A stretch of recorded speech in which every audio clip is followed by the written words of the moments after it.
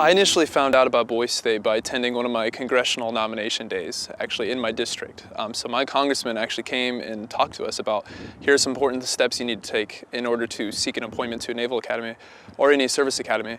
And what was mentioned was Boys State, and I never knew about it before in my entire life, and I found out about it my sophomore year. When you go to Boys State, for Iowa, you know, there's about 500 some kids from across your state that are able to meet and encounter and work with for a week in this imaginary state. Not only is it incredibly fun with all the different activities you get to do, but you also just get to learn so much about how your government works and why it's set up the way it is, and how important it is to represent your people, but also to represent the ideals that you have and to stay true to the values and ideals that you have. At Boys State, if I learned any lesson, it's just the importance of compromise, and not compromise in the connotation where it's negative, like you have to give up on your ideals or your values, but compromise in working together. And I ran for the office of governor because I figured I'd never do Boys State again, so I might as well go for the big one. And it was really humbling when I actually did win, because now I felt this immense responsibility on me that, like, okay, I went for this position, now it's time to make the best of it. I also went out for Boys Nation for the exact same reason I went for governor, was because I probably won't be able to do this again.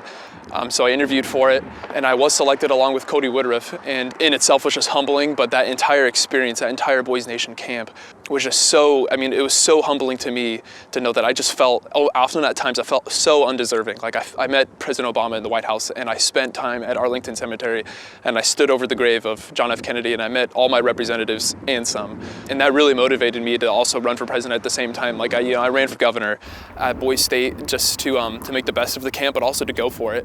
And when I was at Boys Nation, I ran with a little bit of that same ideal, but at that point it was mostly like, no, this is a camp where I can really make a lasting impact on my fellow peers. Like I learned at Boys State, Boys Nation, working with other people, just how important compromise is and respecting one another. Being at Boys Nation, there are a lot of conflicting ideals there and a lot of conflicting values. And if I learned anything, it's just how important it is to like respect each other for the reasons why we have these values. Whether it's on social issues or economic, or when it comes to your defense, or even just something as simple as agriculture in Iowa. People have different ideas of solving these problems that we face. And we have different values that back up our ideas. And it's so important that we respect those values. And we don't just deface each other, or we don't just say like, no, that's a stupid idea, or like, that's not gonna work. No, it's so important to compromise and just work together. The brotherhood that you leave Boys State with, and the brotherhood you leave Boys Nation with, it really teaches you the values of friendship and respect and loving one another for who we are. It's just so important, especially in these days where compromise is a bad word. At those camps, you're able to learn that compromise is a good thing, and we need it.